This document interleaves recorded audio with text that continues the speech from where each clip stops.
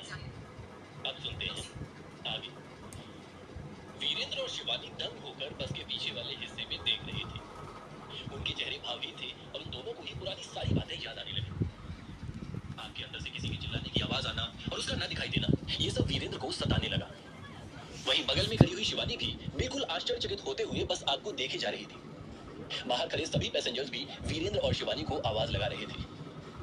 कई बार भी आवाज लगाने के बाद जब वीरेंद्र और शिवानी का कोई जवाब नहीं आया तो बाहर खड़े सारे पैसेंजर्स का भी बीपी हाई होने लगा। वो महिला फूट फूट कर रोने लगी और सबसे उन्हें बचाने की गुहार लगाने लगी। कुछ तो करो आप लोग, उन्होंने हमारी जान बचाई है, उनको बताओ कि पीछे आग लगी है, कोई तो करो कुछ। लेकिन किसी के बस में नहीं था इसे कंट्रोल कर पाना। शिवानी का दिमाग कुछ काम नहीं कर रहा था। आग को देखकर उसे कुछ समझ में नहीं आ रहा था कि वो क्या करे और क्या नहीं। आग देखते ही जैसे उसने अपनी पिछली पूरी जिंदगी देख ली थी। लेकिन ये शिवानी के पास होने का असर था शायद। वीरेंद्र थोड़ी सी मजबूत स्थिति में था, पर उसे खड़े होने के बाद बाहर की थोड़ी थोड़ी आवाज आने लगी थी, पर उस आवाज का मतलब वीरेंद्र समझ नहीं पा रहा था। अचानक वीरेंद्र को उस आग में एक नया दृश्य दिखता है।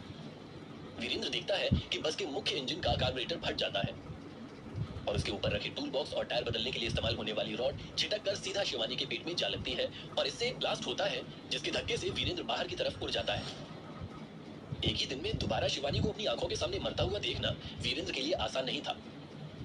इसे झलक में दिख रहे भविष्य ने मानो वीरेंद्र को अंदर से हिला दिया था। वीरेंद्र सारे डर और सारी आग की यादों को भूलकर शिवानी और खुद के बारे में सोचने लगा। शायद वीरेंद्र को शिवानी इतनी पसंद आ गई थी कि अब उसे अपनी जान की भी परवाह नहीं थी। तभी तो वो झट से उठा और शिवानी के सामने एक ढाल बनकर खड़ा हो गया। शिवानी, शिवानी!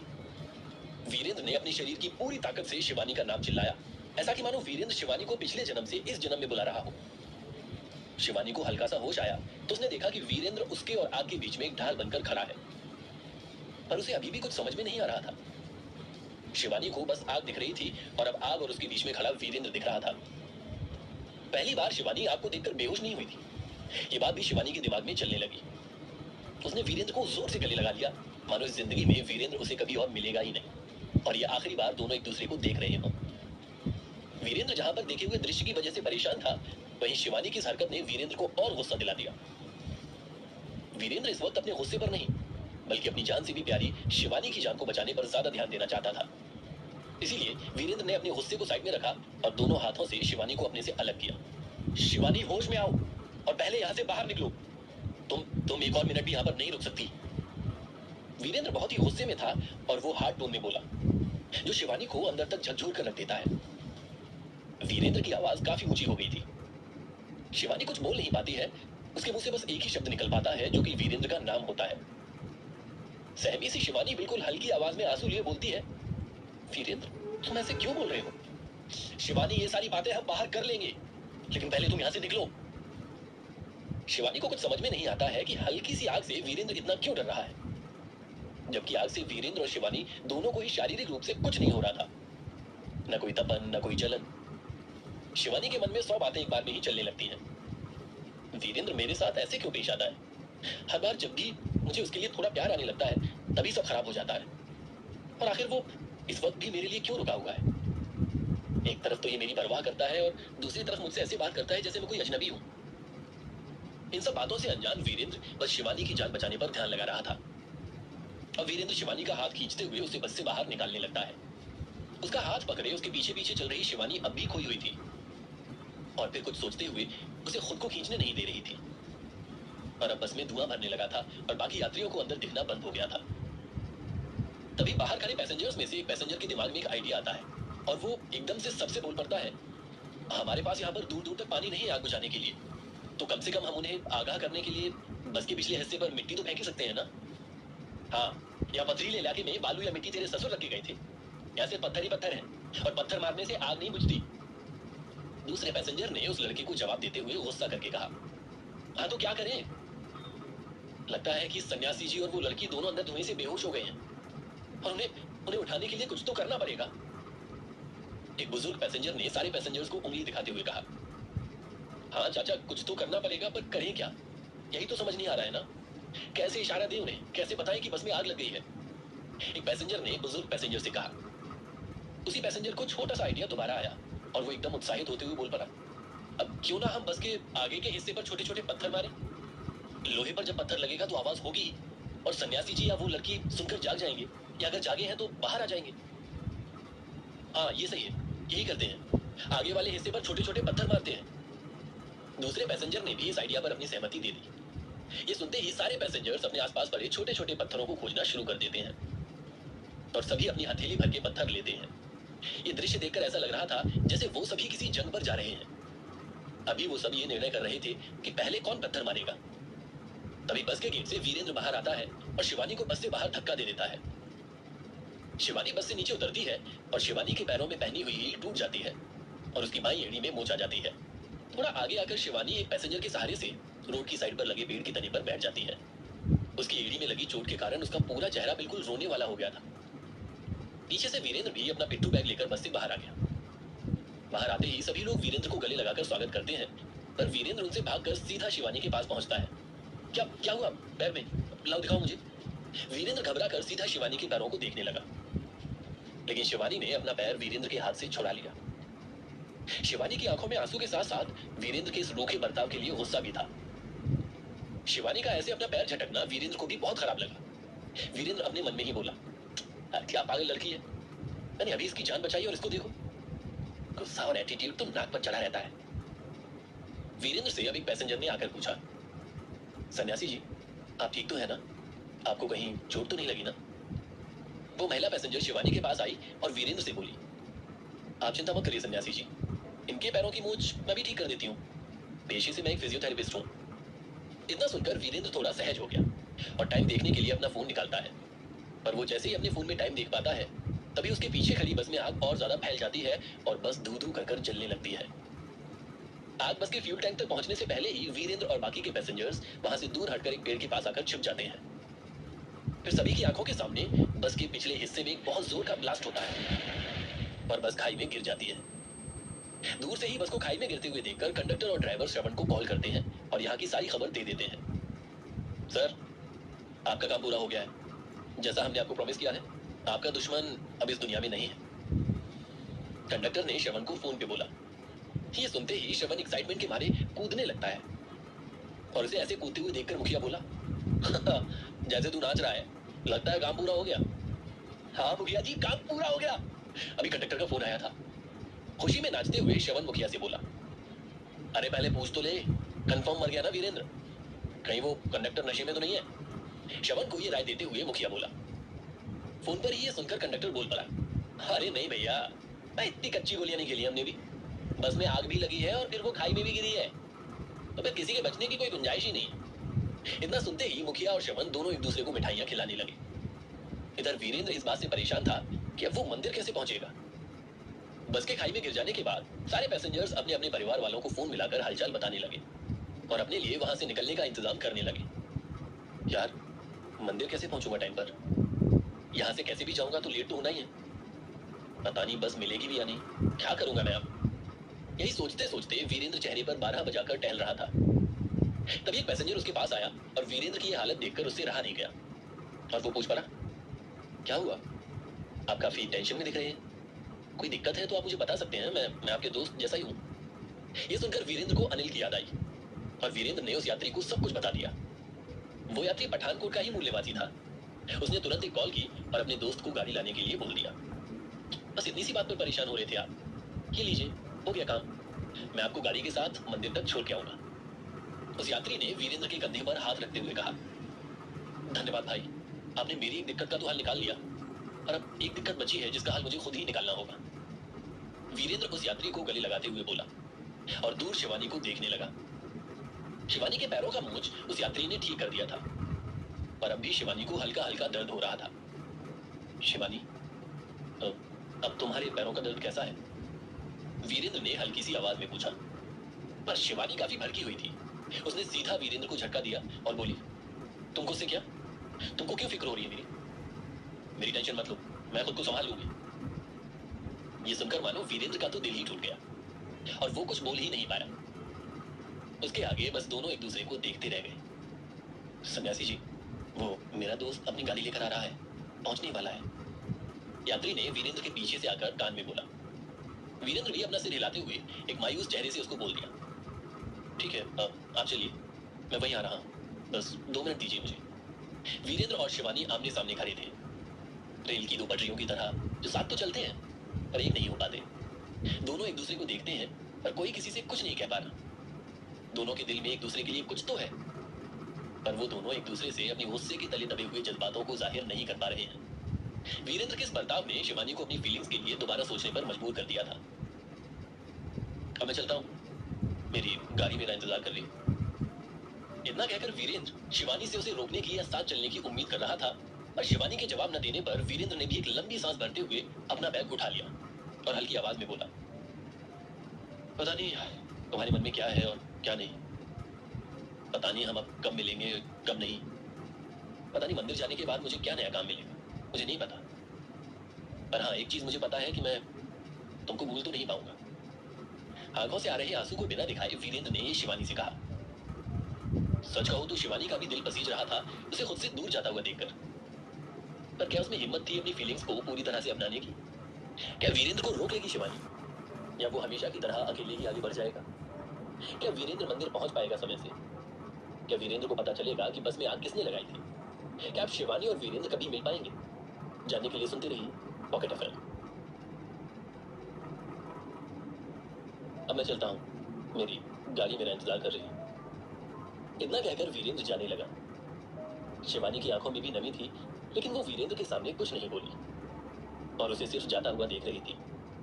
एक पल के लिए उसने वीरेंद्र को रोकने के लिए अपना हाथ आगे बढ़ाया, लेकिन फिर उसे कुछ एहसास हुआ और उसने अपने हाथ की मुट्ठी खींचते हुए उसे नीचे कर दिया। उसने चाहकर भी वीरेंद्र को नहीं रोका और अंदर ही अंदर अपने गुस्से में जलती रही। वीरेंद्र लंबे लंबे कदम लेकर वहां से जाने लगा। उन दोनों का रास्ता अलग हो गया। वीरेंद्र अपनी गाड़ी की तरफ चला गया और शिवानी अपने गांव की तरफ जा रहे रास्ते की तरफ बढ़ गई। उन दोनों का बिछड़ना किसी फिल्म के सीन से कम नहीं था। बस फर्क इतना था कि वहां पर एक्टर और एक्ट्रेस एक्टिंग कर रहे होते हैं, लेकिन यहाँ पर वीरेंद्र और शिवानी कोई एक्टिंग नहीं कर रहे थे। वो असलियत में एक दूसरे को चाहने लगे थे, लेकिन वक्त और हालात उनका साथ नहीं दे रहे थे और इसीलिए एक बार फिर से उनको अलग होना पड़ा। लेकिन क्या पता किस्मत में क्या लिखा था। हो सकता है वो दोनों फिर से मिल जाए। अमृतसर के मशहूर दुर्गिना मंदिर में सरस्वती पूजा की तैयारी युद्ध स्तर पर चल रही थी। पूजा को लेकर मंदिर को आकर्षक तरीके से सजाया जा रहा था। मंदिर परिसर के बाहर मुख्य सड़क पर जगह जगह तोरण द्वार बनाए जा रहे थे। सड़क किनारे आकर्षक लाइटिंग की व्यवस्था की जा रही थी। अमृतसर का सबसे ज्यादा बड़ा और मशहूर मंदिर होने के कारण तैयारी में कोई भी कमी न रहने का ख्याल रखा जा रहा था। तभी मंदिर के आचार्य श्रीधर कुमार अपने शिष्यों के साथ सभी तैयारियों का जायजा लेने के लिए आ गए। आचार्य श्रीधर काफी बूढ़े थे, उनके सारे बाल सफेद हो चुके थे। उनकी लंबी और सफेद दाढ़ी थी। उन्होंने सफेद रंग की अचकन पहनी हुई थी और नीचे सफेद रंग की धोती। उनके हाथ में रुद्राक्ष की माला थी और माथे पर एक लंबा तिलक। उनको देखकर लग रहा था कि वो सच में बहुत ही धार्मिक तपस्वी हैं। उनको जायजा लेते देख सभी लोग सतर्क हो गए। हर कोई आचार्य श्रीधर को देखकर प्रणाम कर रहा था। तभी उनका एक सेवक उनके करीब आया और आचार्य श्रीधर के सामने हाथ जोड़ते हुए बोला, प्रणाम आचार्य जी। तभी आचार्य ने अपना हाथ उठाते हुए सिर हिला दिया। कितनी तैयारी हो गई है गौरव? तभी गौरव ने अपने हाथ में पकड़े हुए नोटपैड को संभाला और अपना पेन चलाते हुए आचार्य श्रीधर को बताया, आधी से ज्यादा तैयारी हो चुकी है। मंदिर की सजावट हो चुकी है, मुख्य चौक पर लाइटें लगा दी गई हैं। पूजा के लिए सभी लोगों को आमंत्रण पहुंच चुका है। आसपास के सुरीले भजन गायकों को भी आमंत्रण पहुंच चुका है। कल सरस्वती पूजा होगी, जिसमें सरस्वती मां को महाभोग लगाया जाएगा। भोजन बनाने के लिए रसोइयों को बुला लिया गया है। रात भर शहर के मशहूर गायकों द्वारा भजन की प्रस्तुति की जाएगी। इसके साथ ही रात भर शहर के मशहूर और सुरीले गायक अपनी गायकी के जरिए भक्ति गीतों का समा बांधेंगे। परसों भी वहां पर भोग लगाया जाएगा। दुर्गिना मंदिर के मुख्य चौराहे पर आकर्षक झांकी बनाई जाएगी, जिसे देखने के लिए भक्तगण को पूरे साल इंतजार रहता है। गौरव ने एक सांस में आचार्य जी को सब कुछ बता दिया। आचार्य श्रीधर इस बात पर मुस्कुराने लगे और गौरव के सिर पर हाथ फेरकर बोले, बहुत अच्छे मेरे बच्चे, सभी काम बहुत ही अच्छे तरीके से करे हैं तुमने। अच्छा मुझे ये बताओ कि भक्तगणों के बारे में क्या अपडेट है? तभी गौरव ने एकदम कहा, हर राज्य से भक्तगणों को आमंत्रण दे दिया गया है। हर साल की तरह इस साल भी मुझे पूरी उम्मीद है कि हर राज्य से भक्तगणों का लीला यहाँ पर उमड़ पड़ेगा। हमारे मंदिर की जगह भी कम पड़ जाएगी। इस बात पर आचार्य जी मुस्कुराने लगे और ऊपर की तरफ देखते हुए बोले, ये तो सब ईश्वर की कृपा है। वहीं दूसरी ओर आलीशान दुर्गिना मंदिर के एक हिस्से में शवन अपने दोनों हाथ पीछे बांधकर टहल रहा था। ऐसा लग रहा था कि जैसे उसके लिए ये जगह कोई पार्क हो। शवन दुर्गिना मंदिर की ऊंची ऊंची संगमरमर की दीवारों को ऐसे देख रहा था जैसे वो किसी अजूबे को देख रहा हो। काश थोड़ी फंडिंग हमारे आश्रम को भी मिल जाए तो हम भी वहां पर ऐसे संगमरमर की दीवारें खड़ी कर लें। सही है, ऐसे बड़े शहर में मंदिर होने का फायदा होता है। बड़े बड़े नेताओं और बिजनेसमैन से खूब फंडिंग आती है, तभी तो इतने सुंदर सुंदर मंदिर खड़े कर लेते हैं लोग। शवन वहां की दीवारों को छू छू कर देख रहा था। अचानक तभी उसको वीरेंद्र का ख्याल आया और उसके चेहरे पर एक बड़ी सी मुस्कुराहट आ गई। यकीन नहीं आता मुझे इतनी आसानी से वीरेंद्र से छुटकारा मिल गया, वरना वो इस वक्त जरूर यहाँ पर भुलक रहा होता और हर किसी के मुंह पर उसी का नाम होता। कसम से अगर ये सिचुएशन होती ना तो वीरेंद्र आज मेरे हाथों से बच नहीं पाता। उसको तो मैं खुद अपने हाथों से गला दबाकर मार देता, क्योंकि मैं वीरेंद्र को अपने आप से आगे बढ़ता हुआ नहीं देख सकता। वो तो डिजर्विंग भी नहीं है। पता नहीं क्यों लोगों ने उसको सिर पर चढ़ा रखा है। लेकिन एक मिनट, मैं वीरेंद्र के लिए है क्यों यूज कर रहा हूँ? वीरेंद्र तो था बन चुका है ना, क्योंकि वो तो बेचारा इस दुनिया में है ही नहीं। वैसे कहते हैं कि मरे इंसान के बारे में हमेशा अच्छा ही बोलना चाहिए। मुझे माफ कर देना यार वीरेंद्र, मैंने तुम्हारे साथ गलत किया, लेकिन कम से कम तुम्हें दुनिया से मुक्ति तो दिला दी। दुनिया तो वैसे भी कलयुग है। शायद तुम इस वक्त स्वर्ग के बागों में अपनी उस मल्लिका के पीछे दौड़ रहे होगे जो बेचारी तुम्हारे साथ बस एक्सीडेंट में मारी गई। श्रवण वीरेंद्र की मौत से फूला नहीं समा रहा था। अचानक तभी उसने आचार्य श्रीधर को अपने शिष्यों के साथ आते हुए देखा। श्रवण फौरन उनके पास दौड़ता हुआ गया और उनके पैर छूते हुए बोला, प्रणाम आचार्य जी, आपको साक्षात अपनी नजरों के सामने देखकर बहुत अच्छा लग रहा है। श्रवण ने हाथ जोड़ते हुए कहा। श्रवण के चेहरे का तेज देखकर आचार्य श्रीधर की आंखों में चमक आ गई और वो बोले, शक्ल से तो काफी समझदार लगते हो, लेकिन काफी हठी भी हो। जो चाहते हो वो पाकर ही मानते हो। आचार्य श्रीधर ने सिर्फ श्रवण के चेहरे को देखकर ही उसके कैरेक्टर का एक स्केच बना दिया। श्रवण चीख गया, लेकिन उसने कोई जवाब नहीं दिया। आचार्य जी, मेरा नाम श्रवण है, मैं खानपुर गांव से आया हूँ, वहाँ के मंदिर का सन्यासी हूँ। श्रवण खुद को इंट्रोड्यूस करने लगा। हमें अपना परिचय मत दीजिए सन्यासी जी, हम आपको अच्छे तरीके से जानते हैं। तभी तो हमने आपकी आंखों में देखते ही आपके चरित्र के बारे में सब कुछ बता दिया। बोलिए, हमने कुछ गलत कहा क्या? आप सच में बहुत ही हठी हैं और साथ में अकड़ू भी। अगर आपके आगे कोई निकल जाता है तो वो बात आपसे सहन नहीं होती। उसके बाद उसको आप अपने से पीछे करने के लिए कुछ भी कर सकते हैं, भले ही वो चीज गलत ही क्यों ना हो। अब नहीं आचार्य जी, आप ये कैसी बातें कर रहे हैं? श्रवण ने आचार्य श्रीधर की बात को काटते हुए कहा। आचार्य श्रीधर मंद मंद मुस्कुराने लगे। उसके बाद गौरव की तरफ देखते हुए बोले, गौरव, हमने जिन जिन मंदिरों और आश्रमों में आमंत्रण भिजवाए थे, क्या वहां से उनके सभी सेवक हमारे आ चुके हैं? तभी गौरव ने लिस्ट की ओर देखते हुए कहा, एक मिनट आचार्य जी, हाँ, अब तक सभी मंदिरों और आश्रमों के सेवक आ चुके हैं, लेकिन बस एक ही आश्रम के सेवक का आना अभी बाकी है। ये सुनकर आचार्य श्रीधर के माथे पर बल पड़ गए और वो अपनी भौहें सिकोड़ते हुए बोले, क्या कल पूजा है? पूजा शुरू होने में ज्यादा घंटे बाकी नहीं है और लंगा आश्रम के सेवक अभी तक यहाँ नहीं पहुंचे। ये सुनकर श्रवण मंद मंद मुस्कुराने लगा और अपने मन में बोला, अब वो कभी आएगा भी नहीं आचार्य जी, क्योंकि वो बेचारा तो एक ऐसी जगह पहुंच गया है जहां से उसका लौटना नामुमकिन है। जी आचार्य जी, हो सकता है कि उन्हें आने में देर हो गई हो। वैसे भी वो पहाड़ी इलाके से आ रहे हैं, शायद पहली बार शहर के लिए सफर कर रहे हो। गौरव ने कहा। इस बात पर आचार्य ने अपना सिर हिला दिया। श्रवण ने मौके पर चौका मारने की कोशिश करते हुए कहा, वैसे आचार्य जी, पहाड़ी इलाके से तो मैं भी आया हूँ, बल्कि मेरा गांव लंगा आश्रम के करीब ही है, लेकिन उसके बावजूद मैं तो यहाँ पर वक्त पर पहुंच गया और वहां के सेवक वीरेंद्र अभी तक नहीं आए। तभी इस बात पर आचार्य श्रीधर अपना सिर हिलाने लगे और बोले, अगर ऐसी बात है तो फिर आपको तो उनके साथ ही आना चाहिए था। ऐसी क्या वजह थी जो आप दोनों अलग अलग आए? क्या आप दोनों के बीच में कोई झगड़ा चल रहा है, या फिर आपकी वीरेंद्र के साथ बनती नहीं है, या फिर आपको वीरेंद्र से बहुत जलन है? ये सुनकर श्रवण का चेहरा सफेद पड़ गया। वो इधर उधर देखते हुए बोला, अब नहीं आचार्य जी, ऐसी तो कोई बात नहीं है। वो दरअसल मैं जल्दी में निकल गया था ना, और वीरेंद्र को देरी हो रही थी, उनकी कोई तैयारी ही नहीं थी, इसीलिए वो देर से निकले थे। लेकिन मैं तो वक्त का पाबंद हूँ और मुझे यहाँ पर देरी से पहुंचकर आपको निराश नहीं करना था, इसीलिए मैं उनके पहले निकल गया। आचार्य जी ने इस बात पर कोई खास रिएक्शन नहीं दिया और वो गौरव के साथ बात करते हुए आगे बढ़ गए। अच्छा गौरव, मुझे ये बताओ कि भक्ति समारोह के आयोजन पर तुमने क्या तैयारी की है? उनके जाने पर श्रवण ने चैन की सांस ली और वो इधर उधर देखते हुए बोला, आचार्य जी की प्रॉब्लम क्या है मुझसे? जब देखो मुझे ताने मारे चले जा रहे हैं, क्या इनको मन की बातें पढ़नी आती है? श्रवण अपना सिर खुजाने लगा। खैर छोड़ो, जो भी हो, मुझे इनसे थोड़ा बचकर रहना होगा। लगता है इनको मेरी खुशी नाक नहीं भारी। वीरेंद्र गाड़ी में बैठा बैठा टेंशन के मारे अपने नाखून चबा रहा था। ये भगवान, मैं बहुत ज्यादा लेट हो चुका हूँ, कहीं वहां के आचार्य जी मुझसे नाराज ना हो जाए। अभी तक तो सभी लोग पहुंच चुके होंगे जिन जिनको आमंत्रण मिला था। कहीं ऐसा ना हो कि मुझे पहुंचने में इतनी देरी हो जाए कि भक्ति आयोजन शुरू हो जाए। वीरेंद्र को टेंशन हो रही थी। भैया बताइए ना कितनी देर और है वहां पहुंचने में? बस हम पहुंच गए, मुश्किल से 5-10 मिनट का रास्ता बचा है, ड्राइवर ने ये कहा। ये सुनकर वीरेंद्र की जान में जान आई और वो आराम से सीट पर बैठ गया। चलो शुक्र है, वरना मुझे लगा कि शायद अभी भी 2-3 घंटे का रास्ता बचा होगा।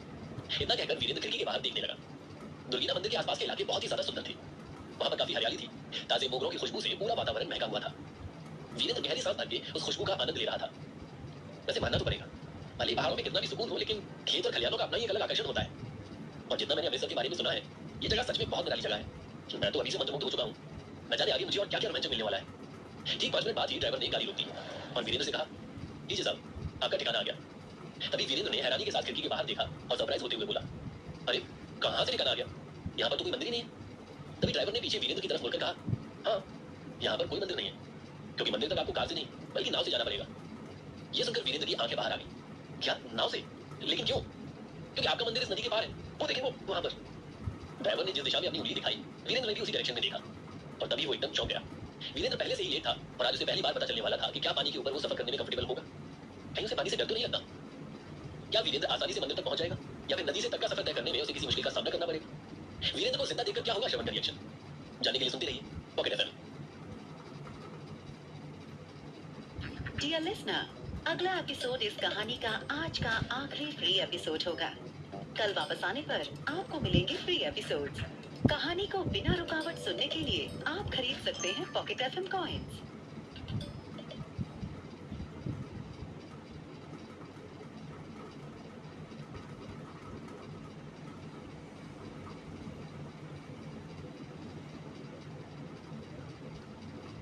चलिए जी, तो मेरा काम तो ये खत्म हुआ। मैं आपका बैग उतार देता हूँ। ड्राइवर ने गाड़ी से उतरते हुए कहा। वीरेंद्र अभी भी इस तक पकाया हुआ था। ये देखकर कि कैसे उसे एक नदी पार करनी पड़ेगी अपनी मंजिल तक पहुंचने के लिए। ये कैसा अनोखा मंदिर है जो नदी के तट पर बना हुआ है। तभी वो ड्राइवर हंसने लगा और बोला लगता है आप कभी भी अपने घर से बाहर नहीं निकले हैं। दुनिया में बहुत ही अनोखी अनोखी चीजें हैं। दुनिया बहुत ही बड़ी और निराली है। आपको अक्सर घूमना फिरना चाहिए।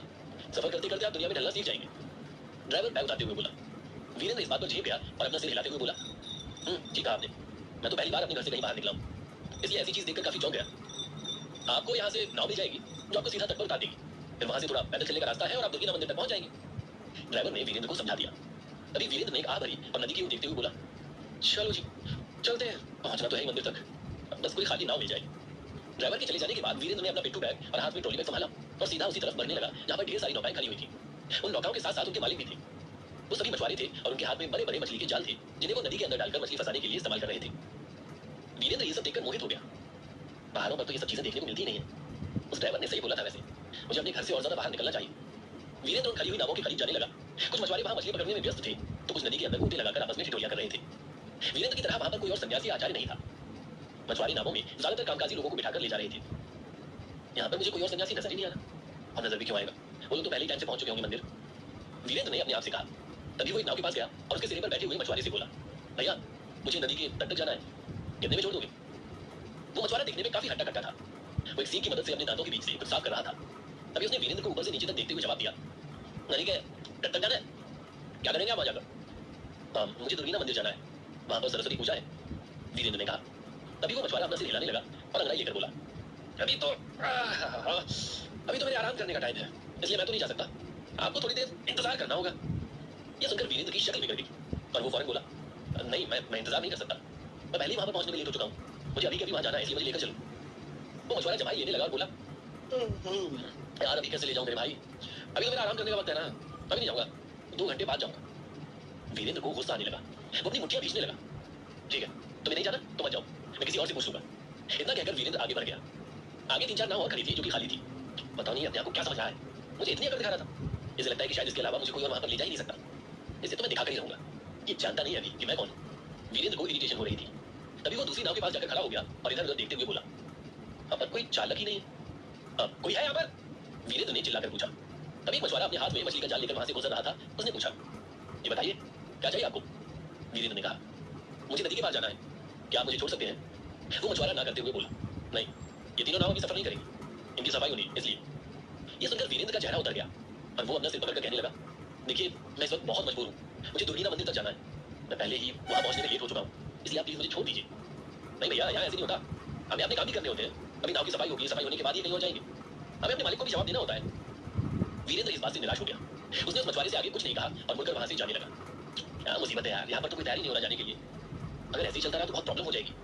वीरेंद्र के पास अब उस पहले वाले मछुआरे के पास दोबारा जाकर रिक्वेस्ट करने के अलावा कोई और ऑप्शन नहीं बचा था। उसने एक लंबी सांस ली और अपने गुस्से को एक तरफ करते हुए पहले वाले मछुआरे को कहा, भैया देखिए मैं समझता हूँ कि आपको आराम करना है, लेकिन मेरा वहां पर जाना बहुत जरूरी है, आप मुझे छोड़ दीजिए, उसके बाद आराम कर लीजिएगा। वो मछुआरा पहले तो जमाई लेने लगा, उसके बाद हंसते हुए बोला, क्या हुआ, यहाँ से तो वैसे तो रखकर भागे थे जैसे कि तुम्हें मेरी जरूरत ही नहीं पड़ेगी, अब क्या हुआ, निकल गई हवा? अच्छा ठीक है, मैं तुम्हें नदी के पार उतार दूंगा। ये सुनते ही वीरेंद्र के चेहरे पर मुस्कुराहट आ गई और वो फौरन अपना बैग उठाकर नाव के अंदर रखने लगा। शुक्रिया भैया, अब मुझे पता था मेरा कहा नहीं डालेंगे। पर मेरी पूरी बात तो सुन लो, उस मछुआरे ने कहा। वीरेंद्र उसकी शक्ल देखने लगा। नदी के उस पार छोड़ने के लिए पैसे लगेंगे 1000 रुपए। ये सुनकर वीरेंद्र शॉक रह गया। उसके हाथ से बैग भी छूट गया और वो मछुआरे को ऊपर से नीचे तक देखते हुए बोला, क्या 1000 रुपए, इतने पैसे? और नहीं तो क्या, अब वहां तक जाना कोई आसान काम तो नहीं है, इतनी बार चप्पू चलाना पड़ेगा और ऊपर से मैं अपनी नींद खराब करके आपको वहां छोड़ रहा हूँ, इसलिए पैसे तो लगेंगे। यहाँ का रेट तो यही है, लेकिन मेरे पास तो टोटल में भी इतने पैसे नहीं है, बस के सफर में ही इतने पैसे लग गए थे, अब वापस जाने के लिए भी तो कुछ पैसे बचाने पड़ेंगे। वीरेंद्र ने मन में सोचा। तभी उसने प्यार से उस मछुआरे से कहा, भैया कुछ पैसे कम कर लीजिए, मेरे पास इतने पैसे नहीं है, मैं घर से कम पैसे लेकर चला था। तभी वो मछुआरा हंसने लगा और बोला, अरे भाई जब जेब में फूटी कौड़ी नहीं थी तो बाहर घूमने क्यों निकले हो? ये सुनकर वीरेंद्र शॉक रह गया और उसने ऊपर से नीचे तक उस मछुआरे को देखा। ये क्या तरीका बात करने का? तो और क्या, मैं आपकी आरती उतारूं? एक तो आप मेरे आराम करने वाले टाइम पर मुझे बोल रहे हो कि मैं आपको वहां तक छोड़ दूं और उसके बाद मेरी मनमर्जी के पैसे भी नहीं दे रहे हो। वो मछुआरा अंगड़ाई लेते हुए बोला। वीरेंद्र को उसकी हरकतों पर बहुत गुस्सा आ रहा था। क्या शहरों की यही दुनियादारी थी? देखो मैं एक सन्यासी हूँ, एक मंदिर के बाहर सन्यासी को तो कुछ डिस्काउंट देना चाहिए ना, इसीलिए पैसे कम कर लो और मुझे वहां तक छोड़ दो। वो मछुआरा हंसने लगा और बोला, पागल समझ रखा है क्या? मुझे अगर तुम्हें 1000 रुपए देने हैं तो दो, वरना खुद तैरते हुए नदी के उस पार चले जाओ। वीरेंद्र चेप गया और घबराकर इधर उधर देखने लगा। तभी उस मछुआरे के और साथी भी वहां पर आ गए और उसके कंधे पर हाथ रखते हुए बोले, अरे क्या हो गया, क्या चाहिए इसको? वो मछुआरा बोला, पता नहीं यार, पैसे है नहीं और घर से निकल आए सफर करने के लिए, इनको लग रहा है शायद हम नदी के उस पार लोगों को फ्री में उतारते हैं। भैया तुम्हारे जैसे रोज 100 लोग आते हैं और हम सबसे पैसे लेते हैं। उस मछुआरे की बात पर उसके बाकी के साथी जोर जोर से हंसने लगे और ताली बजा बजाकर वीरेंद्र का मजाक बनाने लगे। वीरेंद्र को बहुत गुस्सा आ रहा था, लेकिन सन्यासी होने के नाते वो उनके ऊपर अपना गुस्सा नहीं दिखा सकता था। वो एक तरफ अपना मुंह करके खड़ा हो गया और आगे उन मछुआरों से कुछ नहीं बोला। वो नदी के किनारे जाकर खड़ा हो गया और पानी को देखने लगा। मुझे तो ढंग से तैरना भी नहीं आता, तो फिर मैं नदी के उस पार कैसे पहुंच पाऊंगा? वक्त भागे चला जा रहा है, अभी तक तो सब लोग मंदिर पहुंच चुके होंगे। मेरे ख्याल से सिर्फ नहीं बचा होगा जिसका आचार्य श्रीधर इंतजार कर रहे होंगे। कितना बुरा इंप्रेशन पड़ा होगा उनके ऊपर मेरा। वीरेंद्र टेंशन के मारे अपने नाखून चबाने लगा। क्या करूं, कुछ समझ नहीं आ रहा। बात यहाँ पर मंदिर की है, वरना अगर मेरा इलाका होता ना तो मैं उस मछुआरे को अच्छे से दिखा देता। इसकी इतनी पिटाई करता हूँ कि इसकी अकल ठिकाने आ जाती। वीरेंद्र ने उस मछुआरे की तरफ घुंडा कर देखते हुए कहा।